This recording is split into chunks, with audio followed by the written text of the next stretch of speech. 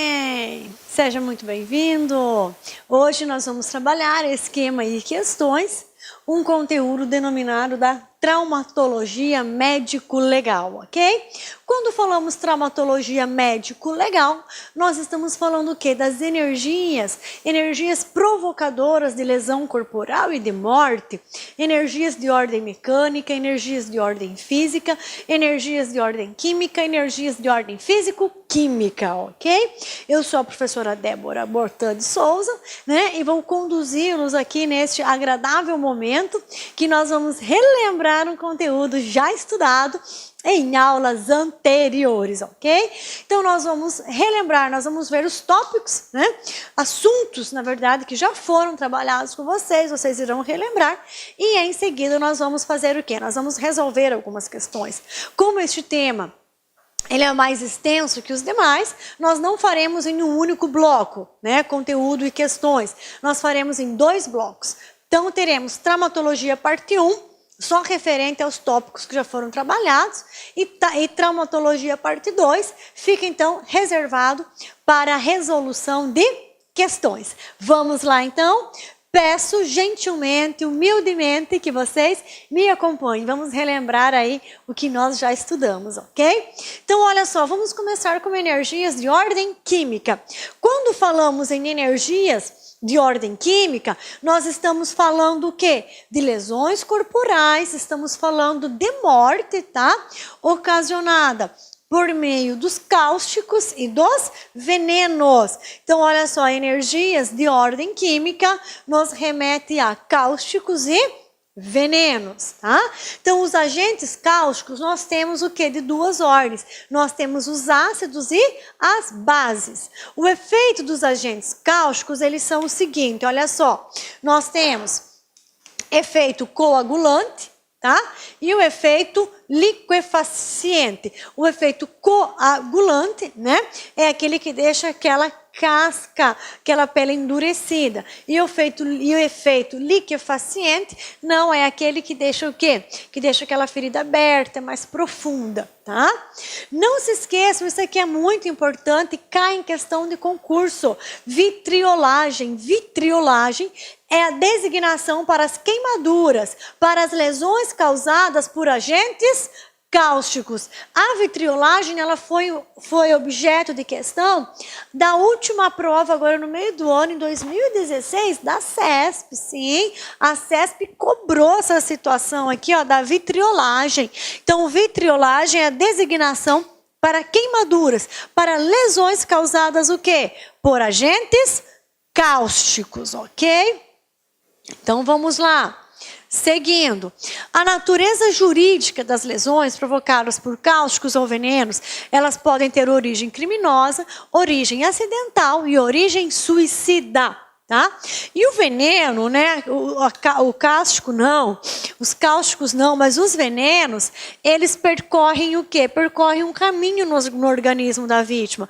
Começa pela penetração, passa pela absorção, o organismo vai absorver, pela distribuição, que é a disseminação, pela fixação, ela vai procurar um órgão que ela mais se adapte ali, ela vai se fixar, transformação e eliminação, expulsão deste conteúdo venenoso, tá? Seja pela transpiração, seja pela urina, ok? Pelo vômito.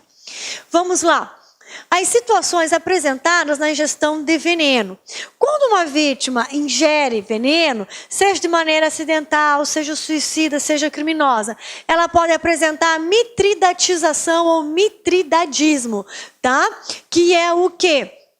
Que é a alta sensibilidade àquela substância, ou a normal intolerância, e o sinergismo, tá? O sinergismo é quando nós temos o quê? Nós temos a combinação de 2 substâncias, nós temos a potencialização de um veneno em razão de outra substância tóxica também ingerida pela vítima, tá? Então, ó, as situações apresentadas na gestão, mitridatização ou mitridadismo, a intolerância e o sinergismo, ok? Vamos lá. A toxicologia forense, né? O perito, a fim de diagnosticar essa intoxicação por veneno, ele vai utilizar critério clínico, critério circunstancial, onde e como ocorreu, anamopatológico, o critério físico, químico ou toxicológico, critério experimental e o critério médico legal. Então, são esses os critérios utilizados, tá? Pelo perito quando estiver diante de uma intoxicação por substância venenosa. Vamos lá. Ao lado dos cáusticos, né? Ao lado dos venenos, nós temos o quê? Nós temos a embriaguez, tá?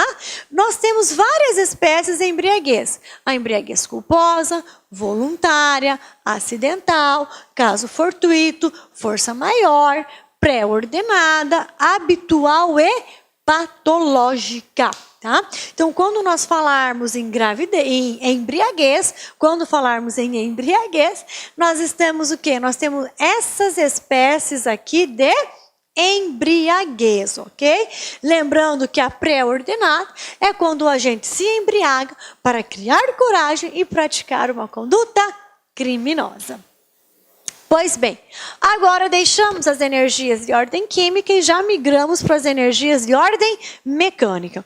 Então, as energias, né, as lesões produzidas por ordem mecânica, elas podem ser o quê?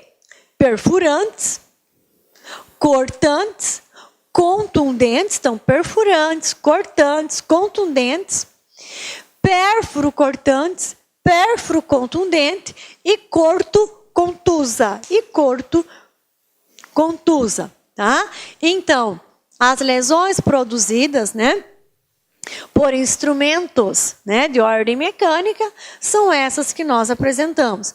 A lesão cortante, em especial, ela pode representar o quê? Uma ação de defesa, um esquartejamento, postesgamento, uma decapitação, um esgorjamento, um degolamento ou um araqui. Tá? As lesões produzidas por instrumentos contundentes. Quando falamos, isso aqui é muito importante. Isso aqui também já foi objeto da prova da CESP, ok?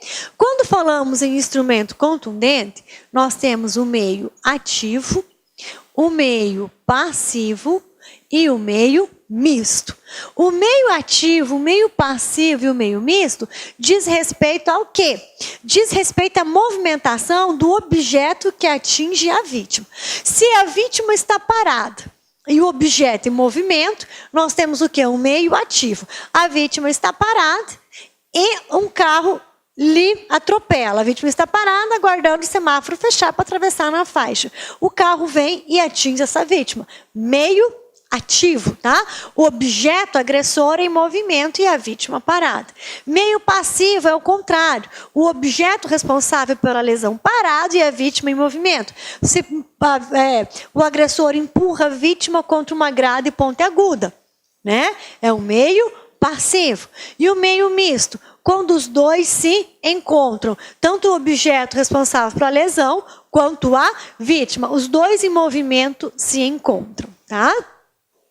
Essas lesões produzidas por instrumentos contundentes, elas podem apresentar o quê? A rubefação, que é a vermelhidão, o edema, a escoriação, a equimose. Equimose, lembrem, equimose está coloridinho, por quê? Porque ela começa vermelha, vai para uma fase azul arroxeada e termina com uma fase amarelada, tá?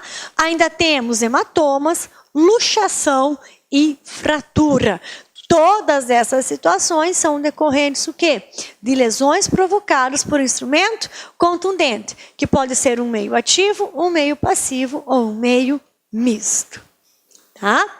Agora nós temos, né, análise da lesão pérfuro contundente, também muito cobrado em prova. Então, olha só, nós temos, né, aqui já falando o quê? Aqui já falando propriamente do tiro, do disparo por arma de fogo. Quando estamos diante do disparo de arma de fogo, nós temos o quê? Um orifício de entrada. Esse orifício de entrada apresenta o quê? Zona de contusão, auréola equimótica, orla de enxuga, zona de tatuagem, zona de esfumaçamento, zona de chamuscamento ou queimadura e zona de compressão de gases. Depois do orifício de entrada, o que nós temos? Nós temos o trajeto do projétil. Tá? E por fim nós temos o orifício de saída. Prestem bem atenção. O orifício de entrada e o orifício de saída de um projétil não apresentam as mesmas características. Tá? Eles não apresentam as mesmas características. Veja só. As características do ferimento de entrada. A forma é arredondada e irregular. As bordas são invaginadas e invertidas, é para dentro. Elementos são orlas e zonas. Diâmetro proporcional ao projétil. E sangramento pouco ou nenhum. Já os ferimentos na saída, tá? De saída, a forma é totalmente irregular, porque ela pode formar também o quê? Um cone invertido. A borda é evertida, é para fora. Os elementos não têm orlas e nem zonas. Diâmetro desproporcional ao projétil, tá?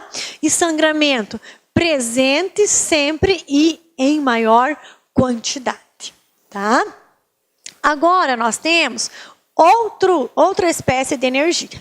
Nós temos as energias de ordem físico-química. Quando falamos em energias de ordem físico-química, nós temos que lembrar o quê? Do processo da respiração, do processo denominado hematose, ok? Então, para que o regular processo da respiração seja realizado, o que é necessário? Nós já vimos. Apropriada composição de ar atmosférico. Uma pressão atmosférica também adequada. Um movimento livre da caixa torácica. Vias aéreas condutoras, né, desobstruídas. E volume de sangue capaz de transportar oxigênio para os tecidos. Tá? Devido à alteração do meio ambiente, nós podemos ter o quê? Podemos ter morte por asfixia, ok? E essas mortes por asfixia podem se dar por confinamento, por soterramento, por afogamento e por gás tóxico, ok? Por confinamento, por soterramento e por gás tóxico, pessoal.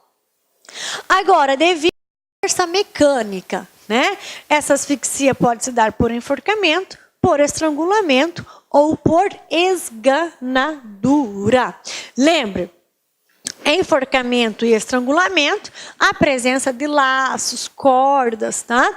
Na esganadura, não. Não há espaço para laço. Aqui é realizado com as mãos. Aí, olha o que nós temos. Características gerais das asfixias, sinais externos, tá? Cianose da pele com coloração arroxeada, em razão do acúmulo de gás carbônico no sangue. Essa cianose com coloração arroxeada é o que diz respeito o quê? Diz respeito a nossa máscara, né, equimótica. Equimoses conjuntivas, cogumelos de espuma na boca, em razão dos afogados, procidência da língua, resfriamento demorado do corpo, rigidez precoce, a rigidez é precoce, e putrefação mais rápida, tá? Agora, sinais internos. Equimoses pleurais, que são manchas de Pautalf, né, dos afogados, congestão visceral, fluidez sanguínea nos afogados, lesões musculares, lesões vasculares, ó, a Mussad e Friedberg, lembram? A Mussad da túnica carótica interna, Friedberg, túnica carótica externa. Viram que legal? Fraturas ósseas de cartilagem, equimose subserosa da pleura, que é o sinal de Tardieu, e os pulmões congestados e edemaciados, ok? As asfixias, elas ainda são o quê? São classificadas em puras, complexas e mistas. Puras envolve o confinamento, monóxido de carbono e outros gases irrespiráveis, a sufocação, o afogamento e o soterramento, tá? Olá, meus amigos, minhas amigas. E aí, gostou da aula da professora Débora? Você quer esse material de apoio? Então clique aqui embaixo, você pode clicar aqui embaixo, você pode fazer o download gratuitamente dessa videoaula. Agora, se você quer continuar assistindo no final dessa videoaula, você quer, aliás, fazer o nosso curso completaço de Medicina Legal com a professora Débora, são no total 19 videoaulas, a carga horária aí de 26 horas, 60 dias de acesso. Você pode, nesse período, assistir quantas vezes quiser e na hora que desejar. Este curso tem várias aulas de resolução de exercícios de diversas bancas e investimento apenas R$ 50. Então vamos lá, espero vocês aqui no Lá Concursos. Forte abraço, tchau! Clique lá aqui.